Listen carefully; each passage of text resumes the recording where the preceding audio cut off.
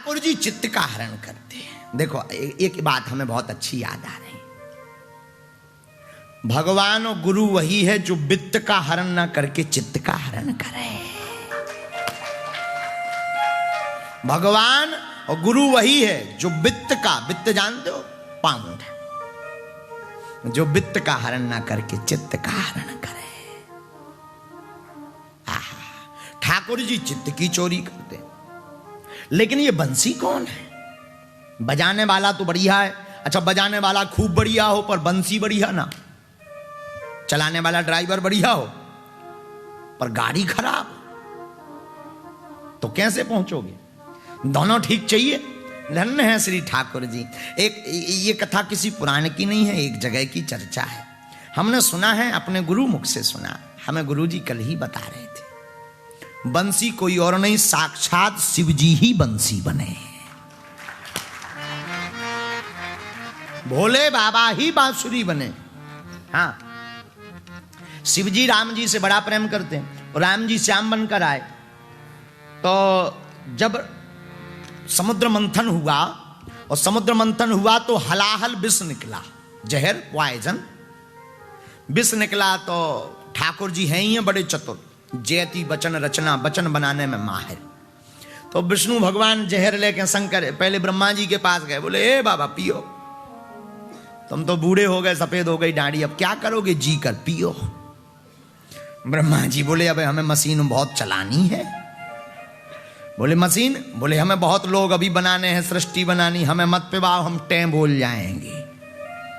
तो कहा कि अब भाई कौन, अच्छा पिएगा कौन? तो ये ब्रह्मा जी बोले आप ही क्यों नहीं पी लेते हो? विष्णु भगवान का तब विवाह नहीं हुआ था, बोले थे तो पराए घरे नहीं गए। अब उसके बाद ही निकली लक्ष्मी जी, पर बाद में शादी भाई। विष्णु भगवान बोले यहाँ तो अब पराए घरे नहीं भाई, ब्याह ही नहीं भावा, हम भी ना पी। तो कहा किसको पिवाया जाए? ब्रह्मा जी कान में बोले वे बैठे कोने में। अच्छा कोने में सबसे एकांत में कौन बैठे? बोले भोले बाबा। इनका नाम ही है भोले, है ही है भोले। तो भोले बाबा के अरे बाबा तुम्हारी जय हो, हर हर भोले बाबा बोले कैसे आना हुआ? भगवान बोले अब आपके पास नहीं आएंगे तो कहाँ आएंगे?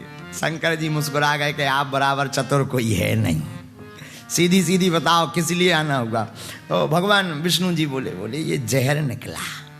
भोले बाबा बोले सो हम क्या करें? विष्णु भगवान बोले पूरा संसार जल रहा हो, पियो ये। शंकर जी बोले हम यहाँ मिले। ब्रह्मा जी की तरफ इशारा करके बोले ना भाई साहब हम पे बात दीजिए। ब्रह्मा जी बोले ना ना ना नो नो नो। अगर अंग्रेजी में कहा होगा तो ऐसे ही कहा होगा, नो नो नो, हम नहीं पिए। ब्रह्मा जी चले गए। अब ब्रह्मा जी चले, अब कहा कि पिएगा कौन? तो सब पे कहा कि भाई पियो, सबने मना कर दिया। विष्णु भगवान तो जयति वचन रचना सा, हमारे सरकार वचन बनाने में माहिर है। हमारे सरकार बोले देखो बाबा आप तो सब कछु पी सकते, नाग तुम धारण करो, धतूरा तुम पे चढ़े। अच्छा जिसका कोई नहीं उसके भोले बाबा। भोले बाबा बोले जब ऐसी बात है तो ले आओ, अब ज्यादा मत बताओ, ले आओ। और भोले बाबा ने विष लिया, जहर लिया। पीने की कला देखना, हम लोग जहर यानी संसार को पीते हैं पर काम के भाव से पीते हैं। भोले बाबा के पीने की कला देखना। भोले बाबा ने जहर लिया और राम कहकर के जहर को पान किया। कैसे? पहले कहा रा कहा तो मुंह खुल गया और पूरे जहर को उन्होंने डाल लिया, और फिर कहा माँ कह करके, रा कहो तो मुंह खुल जाता है, फिर कहो माँ कहते ही मुंह में बंद, अंदर से बंदाहट आ जाती है। भोले बाबा ने रा कह के मुंह खोल दिया, माँ कह करके मुंह बंद कर लिया और विष का पान कर लिया। पीना तो था, बाहर निकालते हैं तो संसार के लोग जलते हैं, और पीते हैं तो हृदय में राम जी विराजे हैं, वो जलते हैं। तो पी भी नहीं सक रहे, उलग भी नहीं सक रहे, अब करें तो करें क्या? पर धन्य है भूत भावन भोले बाबा, ना पिया है ना उगला है, भोले बाबा ने उसे कंठ में धारण कर लिया, इसलिए इनका नाम नीलकंठेश्वर पड़ गया। तो बाबा बाबा ने जब विष का पान किया तो सरकार से बोले कि हमने जहर तो विष तो पी लिया, लेकिन ये बहुत गर्म है, अब इसको ठंडक कैसे पहुंचेगी। तो भगवान विष्णु बोले आप ही कोई उपाय बताओ। बोले हमें तो कोई उपाय नहीं है पता, तुम बताओ। सरकार बोले आप जैसा कहो। बोले प्रभु आपके चरणों से गंगा निकली, लेकिन जो चरणों से गंगा निकली वो तो हमारे मस्तक पर है। हमने सुना आपके अधरामृत, अधर माने कहलाते होंठ, आपके होंठों से भी अमृत निकलता है, अगर वो मिल जाए तो हमारे जहर की तपन मिट जाएगी। भगवान श्री हरि विष्णु बोले चिंता मत करो, अभी नहीं, द्वापर युग में जब हम कृष्ण बन करके आएंगे तब तुम मुरली बनना और हम बजाएंगे तो अधरामृत का वो जो से ही निकलेगा, अमृत निकलेगा, वो बंसी में जाएगा, तुम्हारे गले में ठंडक पहुंचा देगा। बंसी विभूषित करान नवनीरदाभा पीतांबरादरुण बिंब फलादर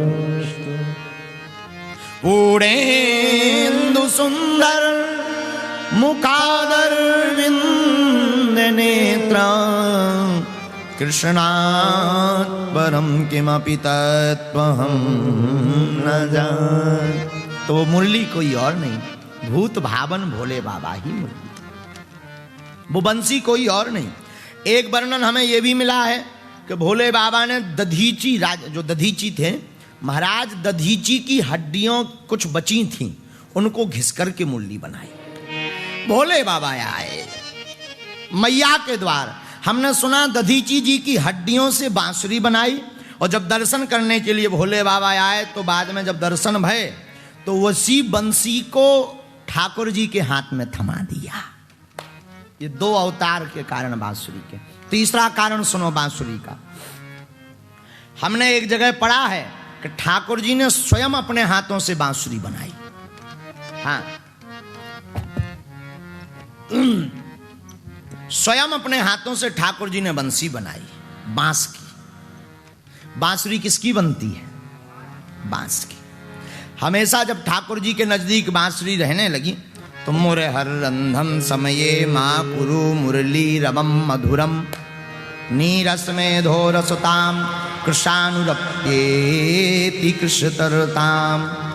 भगवान जब बांसुरी बजाने लगे, और गोपियां तो ठाकुर जी से प्रेम करती थीं, और जब बांसुरी को ज्यादा नजदीक देखने लगी तो गोपियों के मन में खिन्नता भरने लगी, गोपियां चिढ़ने लगी, बांसुरी को सौतन मानने लगे। ये हमारी सौतन है।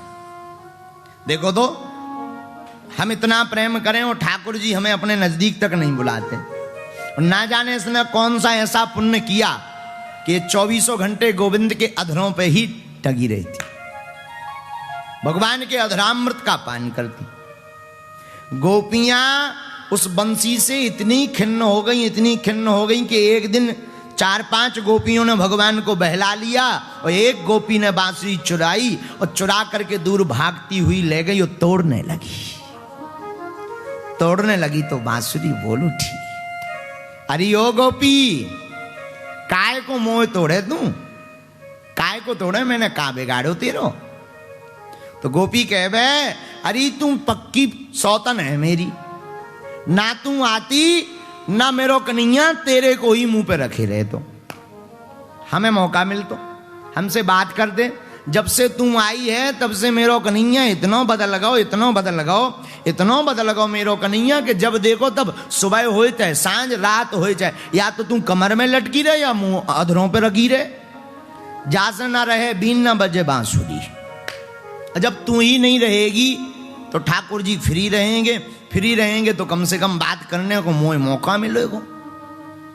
बांसुरी ने बड़ा गजब का जवाब दिया, गोपियों तुम जरूर मुझे सौतन मानती, पर मैं तुम्हें सौतन नहीं मानती। मैं तो इतना ही कहूंगी, अगर तुम्हें भी गोविंद के अधरों के नजदीक रहना है, होंठों के नजदीक रहना है, तो तुम एक काम करो, पहले मेरी जैसी बनो। गोपी बोली, वाह, तुझमें ऐसा क्या है जो हमसे श्रेष्ठ है? बहुत सुंदर जवाब दिया। बांसुरी की बात सुनना बहुत सुनने योग्य है, ये कथा आज की, बाद में मत कहना।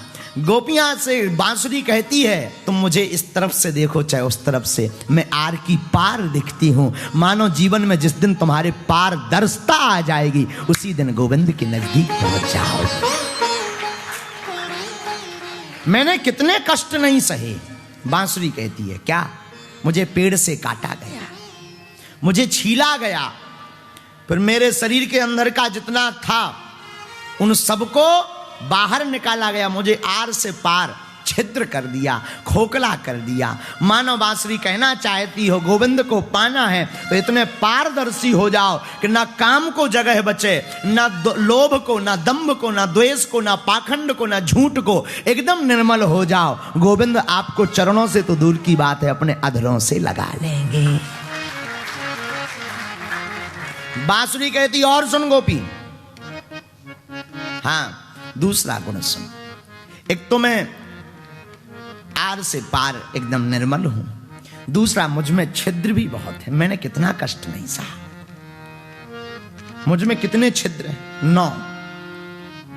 मैं 9 जगह से छिद्रित हूं। देख मैं 9 जगह से छिद्रित हूं। वैसे एक जगह 7 छिद्र का वर्णन आया बांसुरी में, 7 सुर के ऊपर 7 छिद्र। तो देख मैं कितने मेरे अंगों में छिद्र हो गए।